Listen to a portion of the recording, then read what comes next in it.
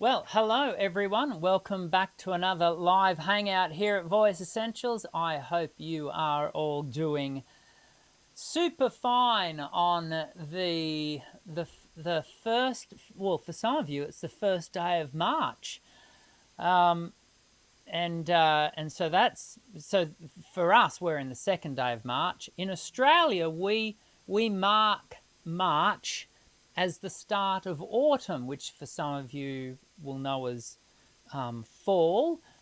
But of course, in the Northern Hemisphere, you're starting spring. But I also know that not every, country goes exactly to the quarters like that. I think, is it some of you, like your autumn, your fall, like your spring, sorry for the, won't start until sort of later in March? Am I right in thinking that? Sort of you go to the solstice more than the... Anyway, we've started fall here. It is a little bit cooler here. Just a smidge, thankfully. I'm some of you know me quite well by now. You know I prefer the colder weather. I do prefer the colder weather. We are doing a live hangout with a Q&A today. I had hoped that we would do a live community reaction video. Alas, and it could have escaped me, but alas, when I went looking for someone to put their hand up, that from our live hangouts on the Facebook group page, I didn't find anyone. Linda and I had a little chat about this last week, and I understand, I guess, the hesitation, perhaps the nervousness of putting yourself out there. It's something. It's a big deal to sort of hand over your recording, and then to have someone like myself, forensically dissect it and look at it, and to offer, advice and instruction. And so I understand the hesitancy that we might have around that. Can I tell you, it is something I would like to do going forward for us as a community. And so if you are wanting to participate, I'll try and be more intentional next time for term 2 after Easter, to actually put, once again, I think the way we were successful last time is I put an actual notice within the Facebook community, and I'll do that next time, and people can offer their recordings that way, because I think it's something that we can all gain from, and if not for the very least, we get to put a face to a name. Some of us, we see your name in the live chat, but we don't get to connect a face, a human being, to that name, and that I think can be really helpful today. So as a result, today we're going to just do our standard Q&A, which I know many of you don't see or think of being simply as standard. I think many of you quite enjoy the Q&A because you get your questions answered by me. If you want a question answered today, make sure you throw your question into the live chat, and Linda, as we know, will grab that question, put it into the live doc, and we will answer it. And we're going to get to one of the questions from last week today, which I've used as an inspiration to today's live poll. The live poll today, and again, we ask these as a little bit of fun, a little bit of, fun contemplation. The question is, AI in vocals, creative ally or cheat? Now, actually, I wonder whether we could broaden that to AI in music in general. Is it a powerful creative partner? Do you think it's a fine tool, human leads, if the human leads? it should only have a light touch allowed, or if it's AI, I'm out. Now, currently, and most of you can see this, currently, if it's AI, I'm out is like surging ahead. That's actually not the one I would tick. And I'm going to answer Peter's question in a moment, and that'll give you, I guess, some insider knowledge as to where I stand on the AI thing. We'll come back to that in a moment. Before we do, I do want to just give you a heads up into what we're doing for the next 5 weeks, just so you know. So next week we've got Laurie Formby Sonnenberg. I do hope that's how I can pronounce her last name. She'll tell me next week. Laurie is someone who I have known of and met personally. We chatted last year at the International Congress of Voice Teachers in Canada, and she's going to be talking to us. She's a qualified speech pathologist, but she's also got an undergrad and a master's, I think, in music. So she brings that combination of skills. She's going to be talking to us about Creaky Voice Therapy. And I think we'll find that really interesting to unpack that. And Laurie, she's actually also a really fun gal. So I think we're going to have a lot of fun. By the way, wasn't last week just great having May Oskin on talking about rough vocal effects? Such an interesting approach that she has to the employment of those distorted vocal attributes. If you missed that show, well worth a watch. Go and check it out after today. So that's next week. Laurie's coming onto the show next week. On the 16th, remember these are all these dates that I'm giving you are all my dates, Australian Eastern Standard Time. On the 16th, we're doing another Q&A. On the 23rd, we've got Jeremy Ryan Mossman, who's another person who I met with and spoke with in Canada. We're going to be talking about tensegrity. Now, I actually have a video, and you can go and check this out later, on tensegrity, which I think would be well worth the watch as kind of a little bit of preparatory homework for 3 weeks discussion with Jeremy. That will be awesome. On the 30th of March, we'll be doing another mini topic. My working title for that mini topic is going to be Range Isn't the Problem. Coordination is. That's the working title. I don't know whether that will be the title we run with on the day, but the topic will be around developing vocal range. And how do we go about that? It's something that, the next step after people want to, correct their pitch accuracy, they want to extend their range. So we're going to talk about that. The week after that is Easter Monday.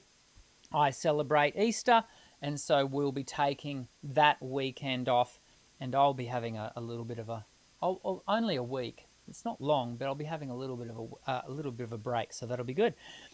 So that's what's coming up, a full program. Remember I said at the beginning of the year we were having guests come onto the show that have never been on the show before? I've delivered. All of these people, including May last week, Laurie next week, then Jeremy, have never been on our show before, and yet these people are all at the cutting edge of what they do, and we're so privileged to have them come on the show.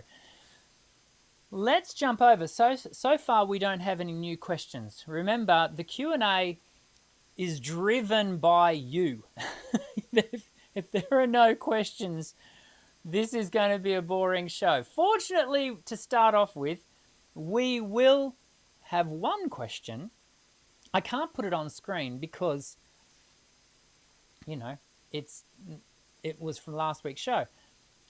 Peter Johnston C6S. I don't know if Peter's in the house. I'm just looking through here, Peter, to see if you've joined us for the show. I can't see Peter in the house yet. Peter, you may well be there. but I just can't locate you visually in the chat. Peter last week asked a question. What do you think of all the AI music stuff coming on YouTube? The AI discussion. It's such a big thing, isn't it? Over the last number of years, in fact, I had quite a detailed conversation with my my 10 o'clock student this morning about AI. More generalized than music, but nonetheless, it was a fascinating conversation with him. I use AI, and I'm so before we get to my exact answer to this question, I'm going to sort of create a broad context, if you will, of how I exist in my work life with AI. I use AI every day. When I'm referring to AI, I'm referring to LLMs, large language models.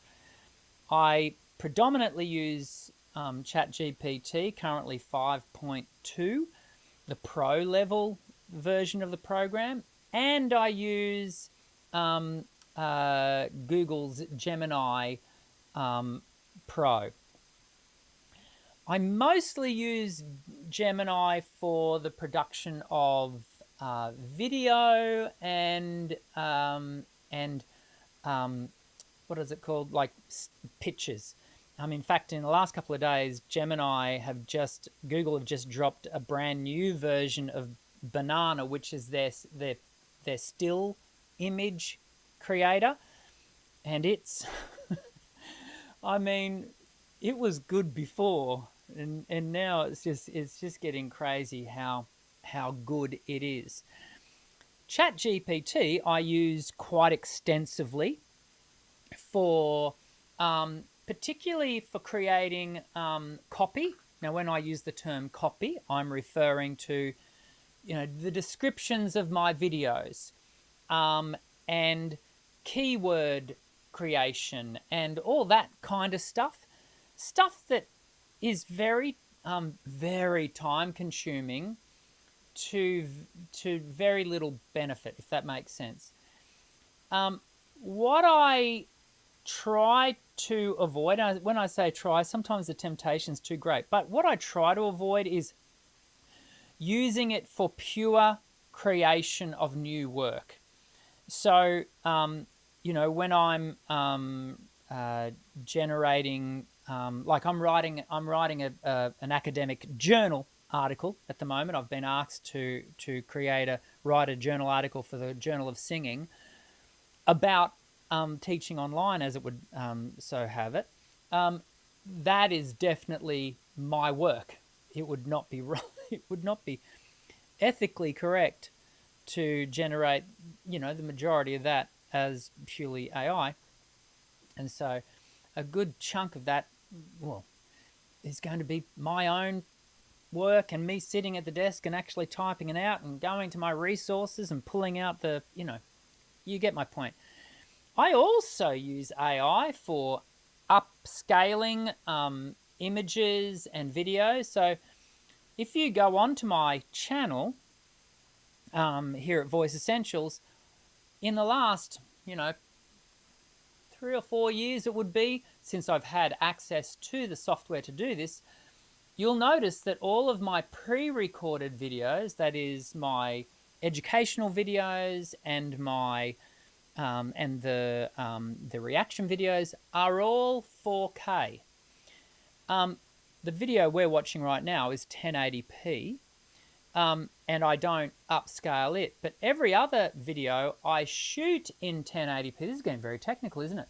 I shoot in 1080p, but then I use software, a program called Topaz Video AI, I think it's called from memory, to then upscale everything to 4K. Very clever software. Can take, like if I'm doing a 20-minute reaction video, to upscale it, it will take my very powerful laptop around about an hour and a half to 2 hours to actually render that. So it's very, very heavy duty kind of software work. I'm telling you all of this to tell you I actively engage in the use of AI. And I think I've already told you, I also experiment, and it is really only experimentation, even though I've arrived at some good outcomes with it, the use of creating AI creation music, mostly for use in and around my church activities. So it's kind of an aside from what I do here on my Voice Essentials channel. It's more to do with my private activities in my local church as a singer and guitar player. And I quite enjoy the creative process of using AI to create backing tracks to go along with my own voice.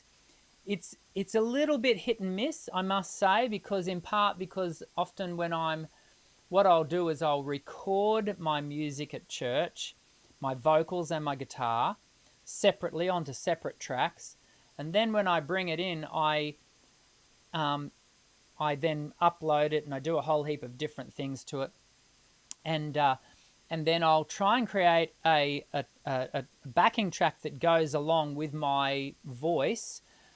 But currently, Suno requires everything to be 4 minutes or less for generating the music, and often in church the song goes for longer than 4 minutes. I'm telling you more than you probably need or want to know, but I guess I'm telling you is I've really explored this to the point where what I did, I thought it would be really interesting. I created a case scenario that I've not then gone on to use. I've created a case scenario where I thought, what would happen if our minister was in search of a song for a particular scripture, and I couldn't find one. Could I, using AI, write a song? So it wouldn't be me writing it, would it? It would be AI writing it, but with my input, write a song that was perfectly aligned with the scripture reading of that particular morning. And could I create a really cool song? So what I did, it was a lot of fun. I generated through ChatGPT, I said, this is the scripture. I want a song that is verse, chorus, bridge, chorus. Very standard sort of, pop tune form. And I want it to be relatively easy language. So ChatGPT spat me out some lyrics. I took that, I put those lyrics into Suno, and I created a song, and I gave it. I think the only prompt I gave it was 2010s modern Christian worship. That was all I gave it. I was astounded at what it created, including the voice, the singer. I didn't actually ask it to give it a singer, but I guess because I put lyrics in, it went, oh, okay, yep, I've got to sing the lyrics as well. It was crazy. It was. I've since played it to so many people, and they've all of them have been quite amazed. It was one when we first started this journey, particularly in the Western world, around using AI to create a big criticism, and I think it was a pretty applicable criticism, was it created very soulless kind of stuff. I I don't think, I don't know that we can reasonably say it creates. I've got someone at the door. I can't come. Sorry. I can't come to the door. I'm sorry. There you go. I don't. What was I saying? I don't think we can say that it's soulless anymore because the song this thing produced, it had a sense of connection, and the reason it had a sense of connection for a lot of people I played it to is because of their Christian faith and the lyric it was. So I think this is moving along at a pace at which it is becoming increasingly difficult to determine the difference between what has been AI generated and what has been human generated. Do you know the scary part of all of that is that it took me less than 10 minutes to generate the lyrics and to then put those lyrics into Suno and have literally a fully completed song. 10 minutes with like perfect vocals, perfect harmonies. Humans can't work at that pace typically. Not on a consistent long-term basis. And that creates a whole heap of ethical challenges, moral challenges. I do think that we need to. Do you know what? Can I tell you? I did not plan to go into this level of depth in this explanation. Let me know if this is boring. Put it in the chat and let me know if this is boring you to tears. I think we do need full transparency in a similar way to which it would be great to have far more transparency around things like the use of auto-tune and pitch correction, because it is important that we as humans can build context around what we are engaging with. And for us as learners, and now I am sort of going more down the road of thinking about, tuned vocals. But also AI sits in this because I can tell you the vocals that I have heard created by AI, they are, by virtue of the fact that they are data-driven creations, they are bang on pitch, like they are scarily accurate. When we as human beings, with our flaws and imperfections, biologically, emotionally, psychologically, apply our voice, the great danger for us when we have albeit an unwitting temptation to compare ourselves and contrast ourselves to perfection, which isn't real, then that actually sets up what can be a very damaging expectation of what our imperfect biology can do. And this is why I will, continue to, in my reaction videos, for example, build context around what we are listening to, not, and I want to be really clear about this, not to sort of create a gotcha moment for the artist that we are observing that may have used auto-tune, but equally may not be aware that auto-tune or tuning, they're different, are applied in post. After they've done their presentation, often the singer doesn't have any direct input into what happens to that recording after the fact. So it's never my approach to the reaction videos and using, looking at tuning and those sorts of things is never to create a gotcha moment or to call someone out for the use of auto tune or tuning like Melodyne, because I use it. And like I've been sharing with you, I actively engage in the use of these tools. When we think about the poll that's being run at the moment, which we've had 17 votes on so far, I sit in the fine tool human leads kind of space. I think it's beneficial for us to use these tools. How fast would Usain Bolt actually run if he didn't wear, wind tunnel refined, science-based shoes? How fast could he actually run? He'd definitely still run faster than me. But those heavily engineered shoes are an important tool in the way he's able to run. It's really no different when we come to then applying some of these tools to what we do. These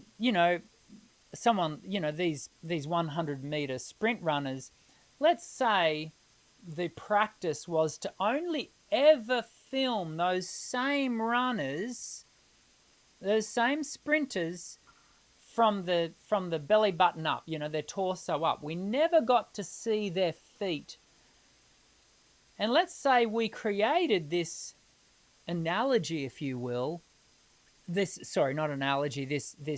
fantasy in society, this cultural fantasy that said they all run with no shoes on. It's all barefoot.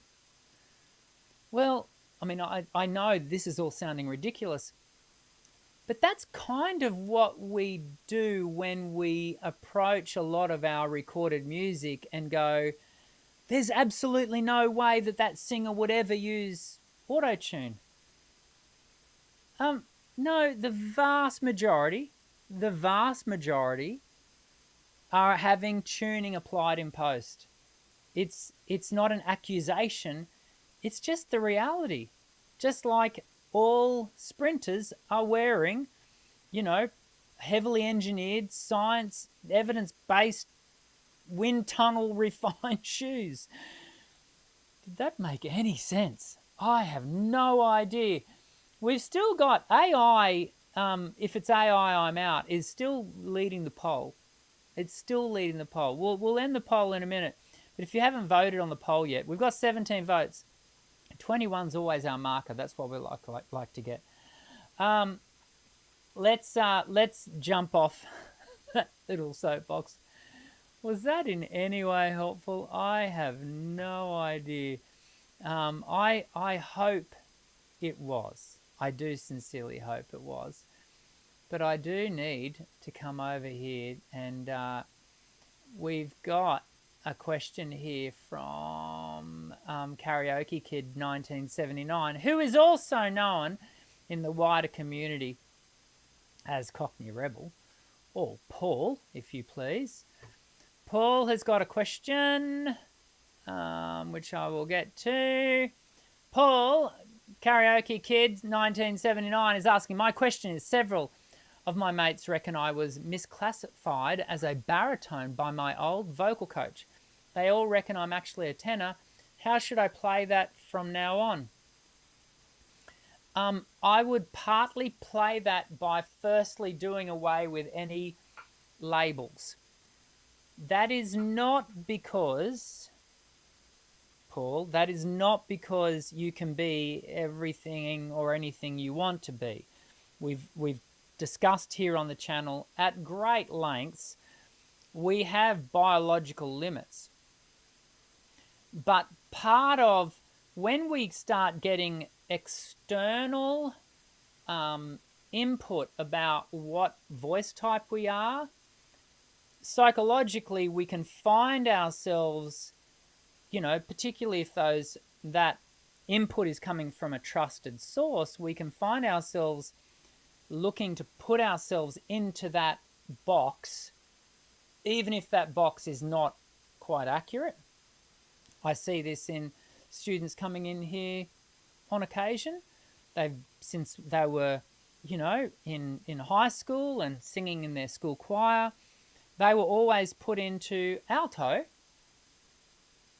mostly because they were able to hold on to an alto melodic line, a line that was not melody, not because their voice type would be classified correctly as alto. Consequently, they have lived within that parameter, and for a few of those people, that has really caused some vocal issues on a vocal health issue level for them.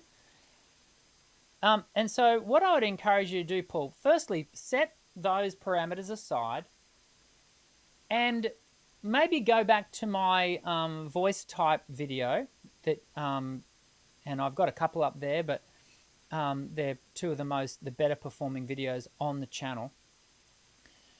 And go through the process that I talk us through on those videos and allow that to speak to you. But don't just do it once. Do it 2 or 3 times over a month at different times, because you kind of want to build a median value, not, just what one, attempt, because it could be you had bad sleep that night and therefore you're singing lower than you might otherwise.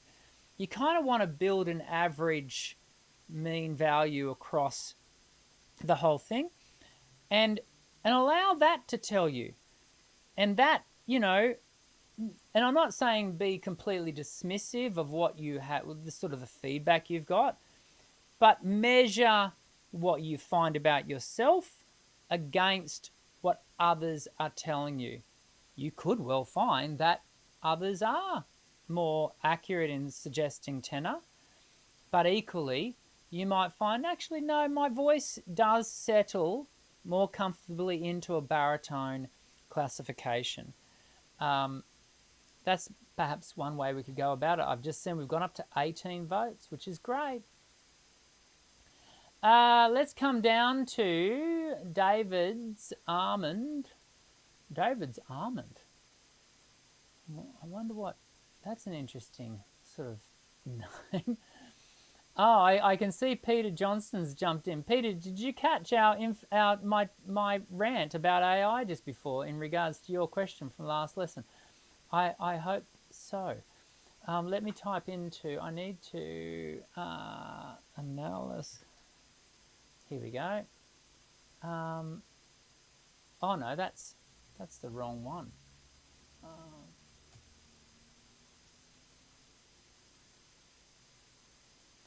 I'm just finding the question, everyone, that I'm looking for. Here we go. So David, David is asking about how long. And now I need to turn that off. Sometimes this program does that and sometimes it doesn't. And I'll be honest and tell you, I don't know why sometimes it does and sometimes it doesn't. See how it's jumping up and down? So I need to turn that off and come back up here. So, now it's... Well, this is a funny show today because I'm all over the shop. Let's see if we can... Okay.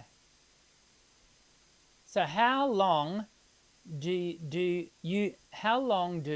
do breathing exercises before a gig? In some respects, David, breath management activity, I find, immediately before a gig is actually not going to be technically helpful to you. I would build it more into the framework as preparatory work and a warm-up, specifically for calming performance anxiety. The first thing that performance anxiety is going to disrupt is your breathing. The first thing that will quell performance anxiety is your breathing. And so as a part of that, you can, and exercise 12 within Voice Essentials 1 is a really helpful activity for this. Inhale for 8, suspend for 8, exhale for 8, and then maybe do it up to 14.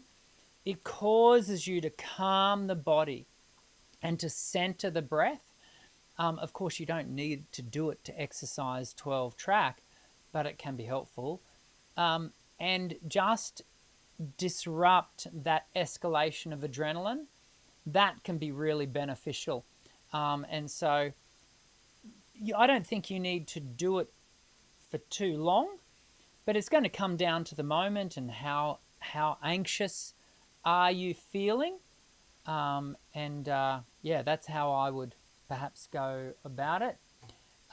Dean has asked a question, and I apologize if this is about to jump up again. But anyway, Dr. Dan, did you do an analysis on the AI-generated vocals in order to see if microtones and other human variations in singing was being replicated?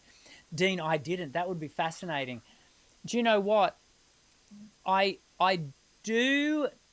My ear is listening,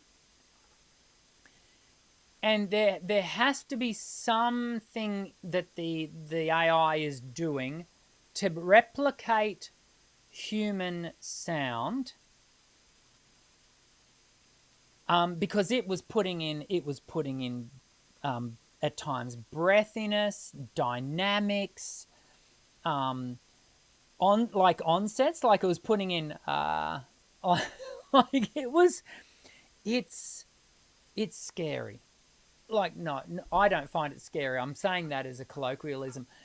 It's amazing how real it sounds, despite the fact that it would pitch-wise is almost certainly to be dead on. But Dean, no, I did not go and analyze it, and so that would be fascinating to do. And you've given me a thought for a new video, perhaps an AI generated video. Yeah, that would be super interesting. I was watching Rick Beato's one of Rick Beato's videos the other day. Big channel on YouTube, highly respected. He's I would call him more a musicologist, and he does not like AI music, and I get it. I think it's conflicted, but he definitely doesn't like it, and on this level, I don't like it either.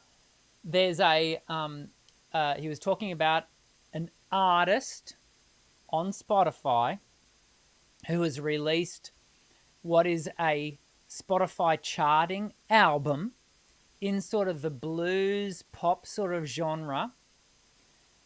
Sounds amazing, and everyone was jumping on and revealing that it was AI. It wasn't clear who had gone about releasing this, but someone went to the trouble of generating an AI avatar, a person who looked like the singer that had a picture in this AI thing, and generated an AI avatar video talking to the camera and saying, people are saying I'm not real, but here I am, I'm real. And it's all AI. So we do have to really develop our critical thinking, don't we? And that's the most important point here, is never has critical thinking been more important to existing, to living. And one of the skills that I think we can, and this is an important skill for us all to develop in so many different aspects of life, but it's to come with a healthy dose, and this is actually the essence of critical thinking, a healthy dose of doubt to whatever you are consuming. And that healthy dose of dote, that healthy dose of doubt, you can tell I'm not AI, will cause you to question. And it's just that little moment of questioning that can be the difference between you just taking everything hook, line, and sinker, and perhaps you having the moment to go, I wonder, is that real? Now, if it is, great. But if it isn't, it allows you to build context around what you're consuming, and that can be applied to so many different aspects of life. Dean has asked an additional comment, or made an additional comment, and can I say Dean is one of our subscribers, members on the channel. And Dean, I appreciate the monthly contribution you give to the channel. It's very, very appreciated. The question was AI in vocals, LLM, AI, a large language model AI stole from countless singers' voices and lyrics writers and musical score composers, no compensation. Yes, and this is why it is conflicted for me, Dean. And do you know what? I hear you. I completely, 100% agree. And I've listened to a lot of podcasts on this by people that know so much more about this entire space than I do. And they are all of an opinion, well, the vast majority of who I've listened to recognize that the horse is bolted. When Spotify first came out, I resisted for a long time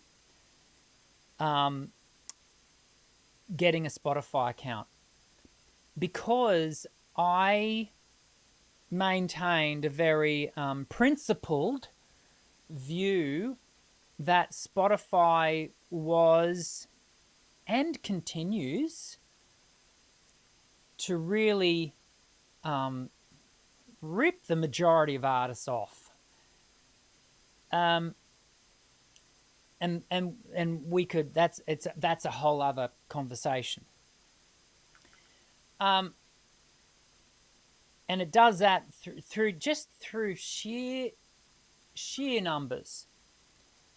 And it has, Spotify and programs of its like have played their part in diluting the value of recorded music and therefore the artists that create it. So I resisted the use of having a Spotify account for so long. But you know what? Just slowly but surely over about a 10-year period, all of my local record stores that used to sell tapes and CDs just all started to shut up shop. And it got to a point where I could no longer purchase new music. The only way to get to new music, to actually listening to it and engaging with it, was to actually, jump on board. I still hold that sense of tension on a sort of a principled basis. I'm avoiding the use ethical and moral because I don't want to sort of overplay it, but I'm still aware of that tension, because nothing's changed as far as what the arrival and the disruption of Spotify and its like have done. Pandora, I think, is another one. And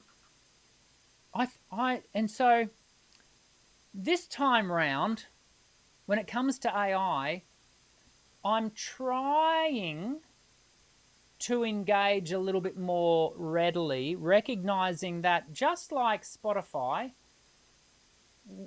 is here to stay, or something in the future is likely to come along and disrupt it, but for the time being, Spotify is how we access our music.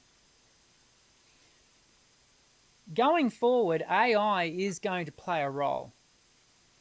And so I'm trying to engage with it, learn with it, learn how to use it as a tool in an ethical and morally appropriate way, acknowledging that these models have been built on just data scraping that many people understandably are upset with. It's a conflicted space. It is. And I'm not trying to get away from the confliction. I'm just recognizing that this is the way that it is headed. I could be wrong. I could be, because the black swan part of the world, that there's so much about the future that I don't know. But for now, I'm engaging with it. We got up to 19 votes. I've seen the time. Dean, how do you feel about that that response? I do value.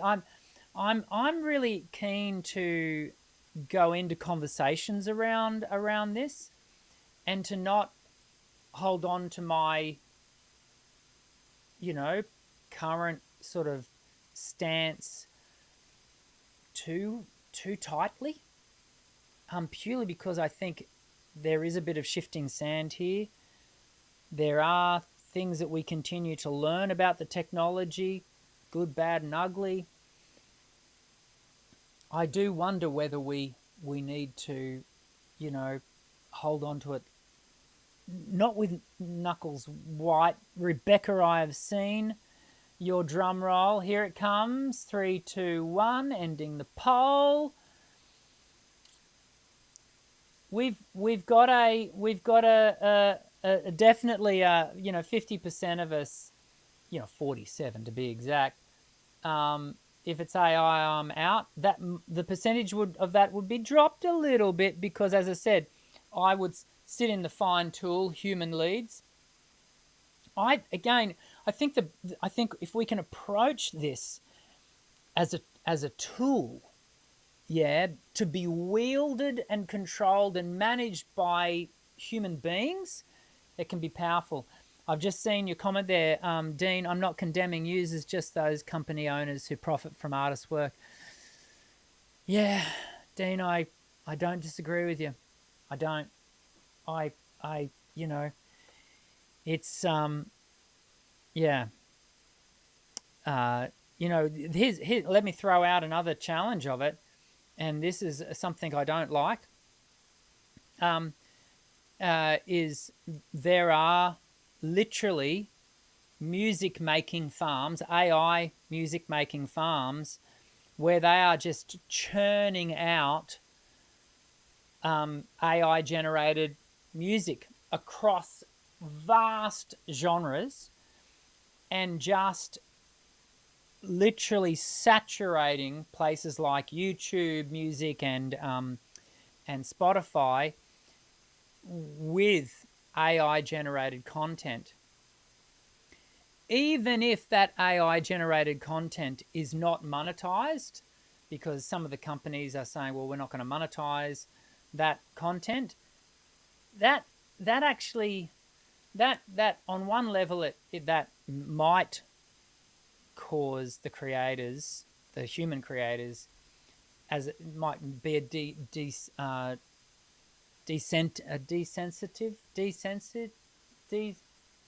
know what I'm trying to say, a decentive to not create it. But the reality is, when you flood a space with this stuff, it means that human beings are no longer the only players in the space. They're now competing with a big chunk of AI generated music, which is captivating people's ears. And if for 5 minutes they're not listening to humans, they're listening to AI, that's 5 minutes that they're not listening to humans. You get what I'm saying? These are difficult questions that we are all currently wrestling with. I say all that having already revealed I'm playing with this stuff because I think there is, as a tool, something to be learnt and something perhaps to be engaged with. And yeah, this will be an ongoing space for me. I disincentivize. Thank you, Karen. I was trying to disincentivize. That's the word, Karen. That is the word. I was trying to get it out. Jenny is just asked, where and how would we send our vocal to Dr. Dan? Jenny, if you can send it to singing@desjarts.com.au, it would have to be a YouTube track, a YouTube recording of you actually singing. And so if you can send that to me, that would be good. It's disincentivize is the word. Paul thought it was disincentive. Well, it is disincentive, but it is the verb would be to disincentivize, wouldn't it? Oh, dearie me. And one last, I'm going to let's allow Jason to have the last comment here. He's made the comment, the film TV and music industry is in deep trouble. I make my living in this world. AI is definitely going to replace a great deal of the entertainment, and sooner than later. Yeah, we are in an evolving space. It is no, in one respect, no different to the industrial revolution. And on an individual level, I completely empathize with people who are being directly impacted by it. I really do.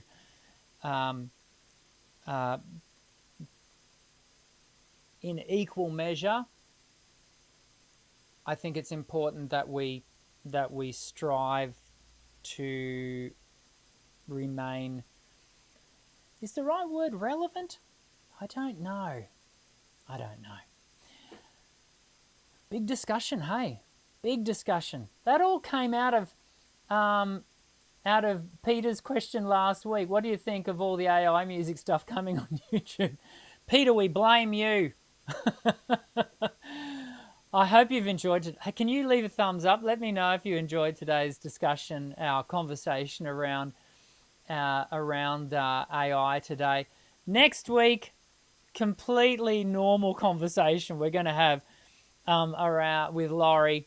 We're going to be talking about Creaky Voice Therapy, not driven by AI.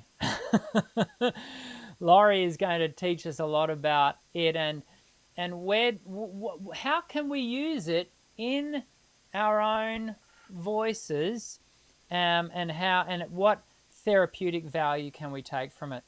I hope you've enjoyed today's Hangout. I really look forward to seeing you next week. Go and check out some of those other videos that we talked about earlier in the show, particularly around tensegrity. Going to be an important one to do your homework for when we hang out with Jeremy in 3 weeks. Have a great week, everyone. Enjoy the start of spring or autumn. We call it autumn here in Australia. I look forward to seeing you next week. I'm Dr. Dan. Sing well.